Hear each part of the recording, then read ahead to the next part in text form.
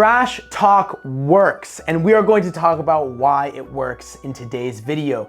Coach Cam Fam, we're back to talk about why speaking poorly in a whole bunch of different ways might actually be a key to success for combat athletes, specifically in the UFC. There's a bunch of different components that go into trash talk, or using your voice to either sell fights or get under the skin of the athletes that you're going to be going up against.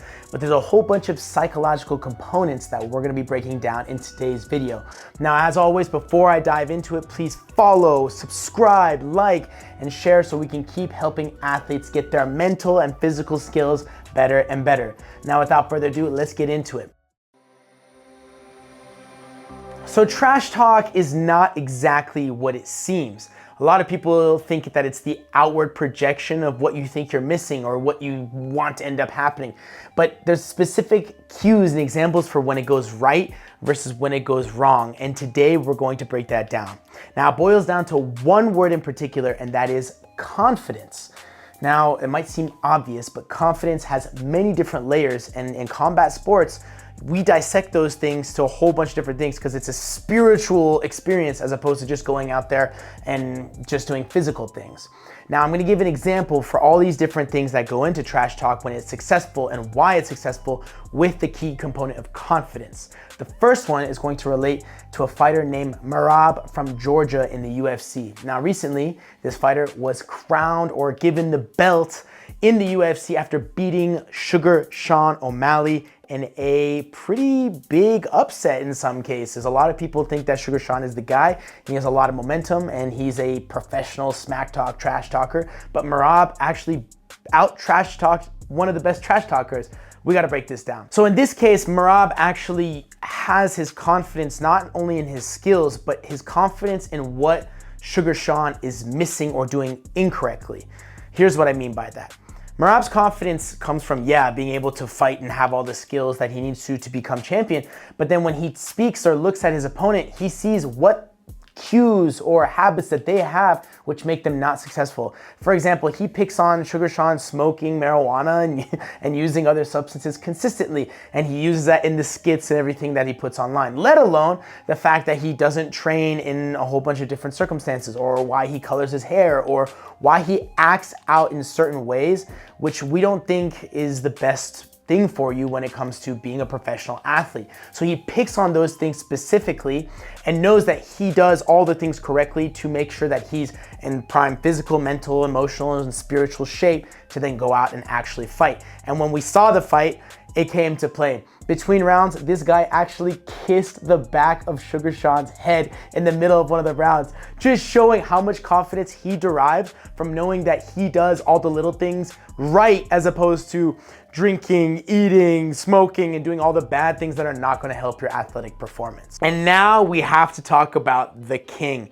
one of the most famous mixed martial arts fighters of all time, if let alone one of the best trash talkers, is Conor McGregor. Now, a lot of people think that he is broken down as someone who's not confident and uses his trash talk to actually overcome this, but they're wrong. They're wrong. They're wrong because his confidence in his process and everything that he does to prepare himself is so dialed in, and he's so obsessed with those little things that he has more confidence than you do about those things. What I mean by this is he knows he's going to train harder. He knows his mobility is better. He knows everything that's right in his nutrition is better than the people he's going up against. And as a result, he takes confidence from doing those little things throughout his whole training camps, his training process, and everything of the sorts. A specific example is in the fight lead up against Jose Aldo. He was visualizing, feeling, and doing everything he needed to do to make sure that that fight was going to play out the way it did. You can actually see him in the warm-up area throw the same punch that he knocked out Jose Aldo in 13 seconds. So you're telling me that this guy just faked it till he made it in the UFC? I don't know about that. It's more along the lines of him taking confidence in every little step along the way, which is the second point of where confidence then stems from, and him using his personality to say, hey, no, I did this and I know I do these things better than you do it, so you don't have a right to talk to me or put me down because I know I do everything I need to do. Now, the final point that goes into the best trash talk that works is enjoying what you do. A lot of people miss the whole concept that a lot of these people, yeah, they might be trying to sell something, but at the same time, forcing it, we've seen athletes force it before and it doesn't work. They enjoy what they're doing so much that even in the middle of the fight, they're communicating and they're talking to the other athlete themselves. Sean Strickland is a great example of this, where he's fighting and he does not care what's going on outside, but he's so invested on being present and focused in that moment that he's actually going back and forth with the athlete, telling them what they need to do to make sure he has more enjoyment. He gets more out of being in that cage for the whole time that he's there. Another perfect example is Max Holloway, who points to the middle of the freaking cage to tell the person, meet me in the middle, we're gonna duke it out, your best versus my best, let's go. And yeah, it might be a little bit of ego, but he has confidence in enjoying the moment. Yes, it's in himself, but he enjoys the moment so much that he rises to the occasion to then call somebody out and say, we're going to do this in the middle, let's dance, to where most recently he knocked out Justin Gaethje in an extraordinary fight. So where do I fit in within all this? I am a firm believer in building the athlete and not diminishing others. Now, in combat sports, specifically within karate, we learn a lot about respect. So it's been drilled into my brain since I was a little kid that you need to respect the other person that you're fighting. And the initial battle is you beating you before you're able to actually beat somebody else. So I hold those same values when it comes to actually trash talking. You need to gain so much confidence in yourself and have those things aligned with yourself so that if someone else is doing something wrong, you know what they're doing wrong in the Merab example. Or in Conor McGregor's example, he's so dialed in with himself and the process of what's going to make him champion and taking confidence within that. And finally, you need to enjoy what you do. Take confidence from loving the fact that you get to do what you do. The training that you have for a day is done when it's done.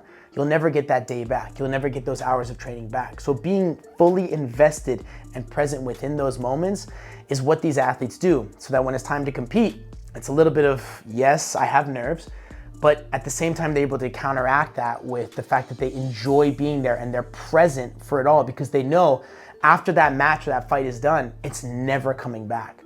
So being able to give their all is up in the lead up to it, and setting themselves up for the best possible position for that with, of course, a little trash talk, a little back and forth. So what's your take? What do you think about trash talk and where it fits in within combat sports or even other sports for that matter? Is it confidence, or is it, I'm just trying to fake things and sell fights? Let me know in the comments down below what you think and what are some examples of athletes that did it right or even athletes that did it wrong. Till next time, everybody, we'll talk soon. We're here to make you the best possible athlete you can be.